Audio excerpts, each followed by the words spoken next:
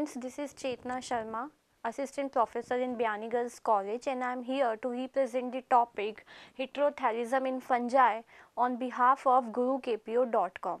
So basically what is heterothallism? तो heterothallism एक ऐसी कैरेक्टर होता है जो कि बेसिकली फंजाई में डिस्कवर किया गया था।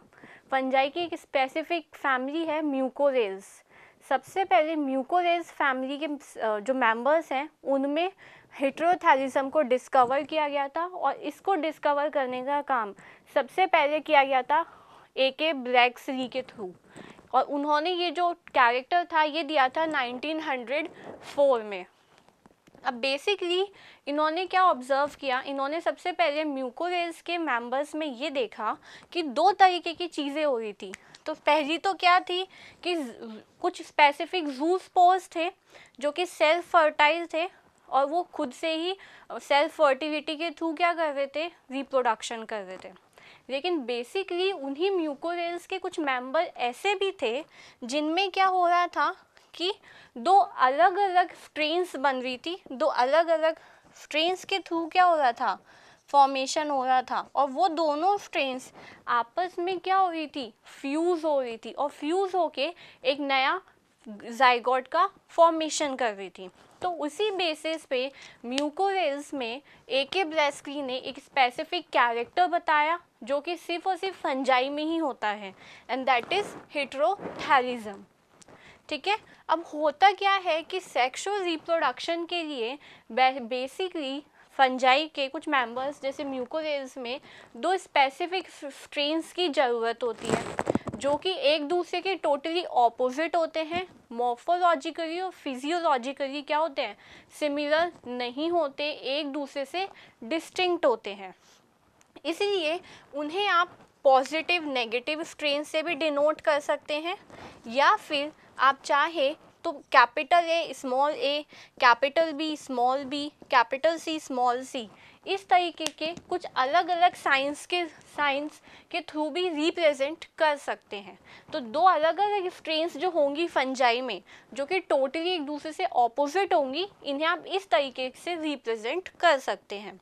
अब ब्रैक्सली जो था उसने हेटेरोथैलिज्म को बेसिकली म्यूकोरेल्स में A.K. ब्रैक्सली ने जो ये कैरेक्टर था इसको दो पार्ट्स में डिवाइड किया। First is homothallism and the second one is heterothallism. तो व्हाट इज होमोथैलिज्म? होमोथैलिज्म में जितने भी मेंबर्स होते हैं they all are self fertile होंगे, ठीक है, खुद से ही फर्टाइल कर सकते हैं, उन्हें किसी अदर नेगेटिव स्ट्रेन या किसी अदर ऑपोजिट स्ट्रेन की नीड नहीं है।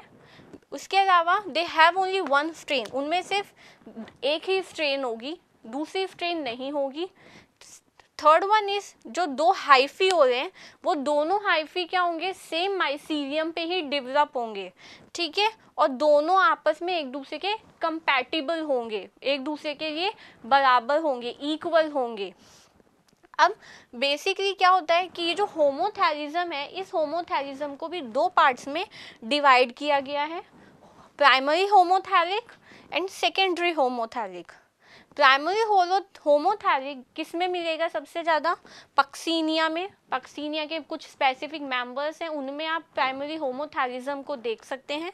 इसमें क्या होता है, प्राइमरी होमोथैलिज्म में मेनली क्या होगा, हमारे जितने भी स्पोर्स होंगे वो सब यूनिन्यूक्लिएटेड होंगे, और न्यूक्लियस में क्या होगा, they have only one kind of genotype, सिर्फ और सिर्फ एक कैरेक्टर होगा और वो एक जीनोटाइप को ही रिप्रेजेंट करेगा।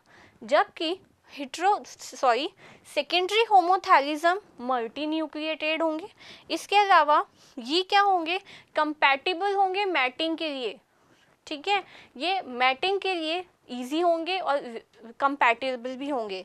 इसका एग्जाम्पल है न्यूरोस्पोरा टेट्रास्पोर्मा, ये इसका एग्जाम्पल है। अब है हेटेरोथैलिज्म। हेटेरोथैलिज्म में मेनली क्या होता है कि दो डिफरेंट स्ट्रेन्स होंगी सेम इंडिविजुअल पे।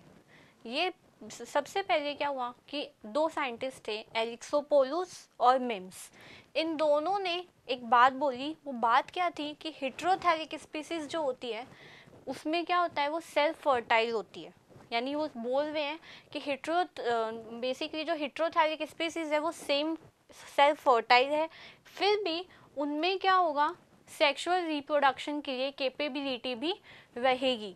इसका मतलब they can do sexual reproduction also and they are self fertile.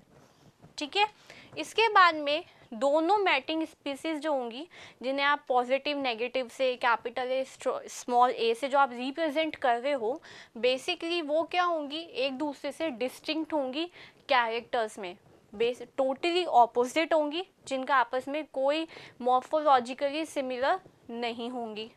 अब व्हाइट हाउस एक साइंटिस्ट था, व्हाइट हाउस ने बेसिकली दो तरह के टाइप्स बताए थे, किसके, हेटेरोथैलिज्म के, मॉर्फोलॉजिकली हेटेरोथैलिज्म एंड फिजियोलॉजिकली हेटेरोथैलिज्म।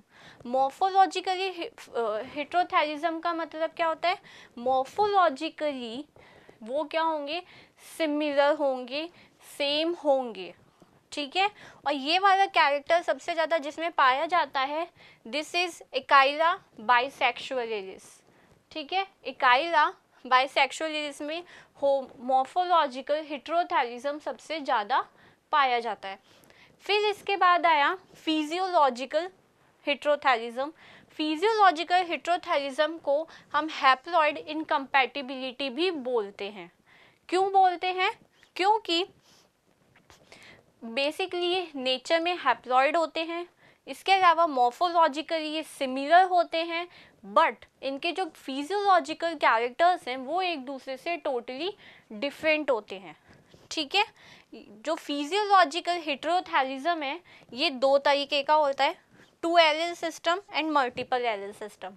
अब जो 2 एलील सिस्टम है, इस 2 एलील सिस्टम में क्या होता है,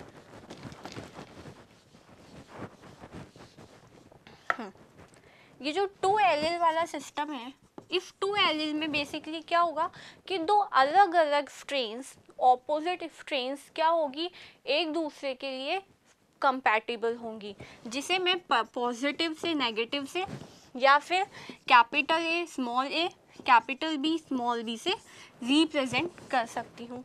और ये जो दोनों कैरेक्टर्स होंगे या दोनों स्ट्रेन्स होंगी, ये सेम क्रोमोसोम के दो डिफरेंट क्रोमेटिड्स के ऊपर प्रेजेंट होगी। तो 2 एलील सिस्टम में क्या होगा बेसिकली कि दो अलग अलग स्ट्रेन्स होंगी, एक दूसरे से फ्यूज होगी और फ्यूज होके आगे जाके वो किसी नए मेंबर का या नए ऑर्गेनिज्म का फॉर्मेशन करेगी। तो दिस इज 2 एलील सिस्टम। अब होगा मल्टीपल एलील।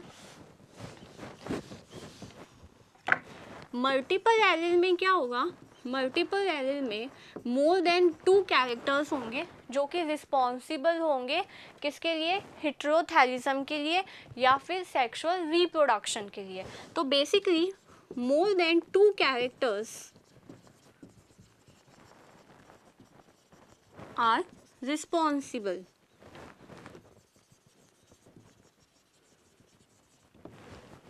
ठीक है, अब इसके चांसेस हैं, यानी आपके पास मैटिंग के लिए 2 या 2 से ज़्यादा स्ट्रेन्स हैं, तो उस केस में आपके मैटिंग चांसेस भी क्या होंगे, बहुत ज़्यादा हो जाएंगे। मैटिंग चांसेस ज़्यादा होने का मतलब क्या है कि क्या होगा, आपके पास जितने ज़्यादा स्ट्रेन्स होंगे, जितने ज़्यादा स्ट्रेन्स की अलग अलग वैरायटी होगी, फ्यूजन होने के या मैटिंग होने के चांसेस भी उतने ज़्यादा होते जाएंगे। इसीलिए जो भी आपकी नई स्पीसीज़, नया ऑर्गेनिजम्स बन रहा है, उसके अंदर वेरिएशन होने के चांसेस भी क्या होंगे, उतने ज़्यादा हो जाएंगे। तो इसलिए अब तक की सबसे बेस्ट जो क्वालिटी है या अब तक का जो बेस्ट हेटेरोथैलिज्म है, वो आप मल्टीपल एलील वाला कह सकते हो। बेसिकली क्या है, मल्टीपल एलील जो होता है वो भी 2 तरीके का होता है, one is bipolar and second one is tetrapolar. Bipolar में क्या होगा, आपकी 2 अलग अलग स्ट्रेन्स के बीच में जो फ्यूजन होता है, उस फ्यूजन को एक चेकर बोर्ड के थ्रू एक्सप्लेन किया गया है। ये जो बाइपोलर होगा या bipolar type of multiple allele heterothallism है, ये आपको मिलेगा बेसिडियोमाइसीटीज के मेंबर्स में, लेकिन उन एक्सेप्ट स्मट और रस्ट के जो आपके ऑर्गेनिज्म हैं या फिर जो इनको डिजीज़ कॉज करने वाले हैं, रफ्ट और स्मट डिजीज़ कॉज करने वाले ऑर्गेनिजम्स को छोड़कर बाकी बेसिडियोमाइसिटीज़ के मेंबर्स में ये इजीली मिलेगा। होता क्या है, जो सेम स्ट्रेन्स होंगी वो सेम स्ट्रेन्स एक दूसरे के लिए नॉट कंपैटिबल होंगी, यानी आपस में अगर वो उनका फ्यूजन नहीं होगा, उनके फ्यूजन से आगे जाके कोई रिजल्ट नहीं निकलेगा। तो जो सेम है, मान लीजिए मैं L1, L2, L3, L4 है, ये 4 अलग अलग स्ट्रेंथ्स का अगर अलग अलग फ्यूजन करवाती हूँ तो L1 का जब मैं L1 से करवाऊँगी तो वो नॉट कंपैटिबल होगा, जबकि अगर मैं L1 का L2 से, L1 का L3 से, L1 का L4 से कराऊंगी तो ये सारे आपस में कंपैटिबल होंगे। मींस इनसे आगे जाके आपके किसका फॉर्मेशन होगा, एक नए ऑर्गेनिज्म का होगा, जिसमें कि क्या होंगे, वेरिएशंस होंगे।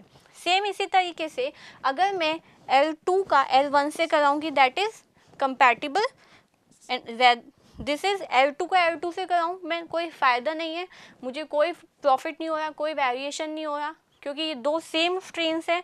तो सेक्सुअल रिप्रोडक्शन दो सेम स्ट्रेन्स के बीच में हो ही नहीं सकता। तो ये क्या हो जाएंगे, not compatible, compatible and these are compatible. Same इसी तरीके से L3 के साथ नॉट कंपैटिबल और L4 के साथ not compatible, and all rest of them all are compatibles. Same इसी तरीके से मैं लूँगी टेट्रापोलर। टेट्रापोलर में क्या होगा, मैं दो अलग अलग कैरेक्टर्स लूँगी, दो अलग अलग कैरेक्टर्स के स्ट्रेन्स लूँगी। तो होगा क्या, A1 का A1B1 मेरे दो कैरेक्टर, A1B2, A2B1 और A2B2, ये 4 अलग अलग मैंने इसके जीनोटाइप्स लिए हैं। जब मैं इन सबका आपस में फ्यूजन करवाऊँगी या मैं अगर इनका क्रॉस कराऊँ तो मेरे पास 3 तरीके की स्पीसीज़ बनेगी, मुझे 3 मिलेंगे। This is C for compatible, NC not compatible और NFC। NFC means not fully compatible, chances they can be but most of them are not compatible. तो NFC means not fully compatible. Like we already studied about the dihybrid cross, Mendel's checkerboard, ये इसके बिल्कुल same है, ठीक है। तो इसमें मैंने जब A1B1 का उसी के साथ सेम से करवाया तो कोई फ़ायदा नहीं है, क्योंकि ये बिल्कुल ही सेम स्ट्रेन्स है, तो दे आर नॉट कंपैटिबल। जब मैंने A1B1 का A1B2 के साथ कराया, नॉट फुली कंपैटिबल, आगे करवाया नॉट फुली, और जब इसकी टोटल ऑपोजिट यानी A1 का A2 से, B1 का B2 से, यानी टोटल ऑपोजिट जब करवाऊंगी तो ये क्या हो जाएंगे, कंपैटिबल। ठीक इसी तरीके से अगर मैं A1B2 का इसी के ऑपोजिट स्ट्रेन से अगर मैं करवाती हूँ, यानी किससे, A1 का A2 से और B2 का B1 से, तो ये दोनों आपस में क्या हो जाएंगे, कंपैटिबल। और A1 का A2 से, A1B2 का अगर मैं करवाऊँ किससे, A1B2 से, तो वो क्या हो जाएगा, सेम है बिल्कुल, तो they are not compatible. Not in any single case they are never be compatible, और rather than the rest of 2 are not fully compatible, क्योंकि चांसेस हैं कि ये कंपैटिबल हो सकते हैं लेकिन मोस्टली केसेस में नहीं होंगे। Like this A2B1 and the A1B2 are compatible, and same A2B2 and last the A2B2 are compatible. तो only 33.33% is there जो कि क्या होंगे, compatible होंगे, and rest of them some are non-compatible and some are not fully compatible. So this is the complete heterothallism in fungi, जो कि म्यूकोरेल्स के members के लिए एक बहुत इम्पॉर्टेंट और बहुत ही ज़्यादा कैरेक्टरिस्टिक फीचर है, जिसके बेस पे ये अपनी पूरी जर्नी, एक पूरा लाइफ साइकिल ख़त्म कर देते हैं। So if you like this video, please like, comment and share it. Thank you. है।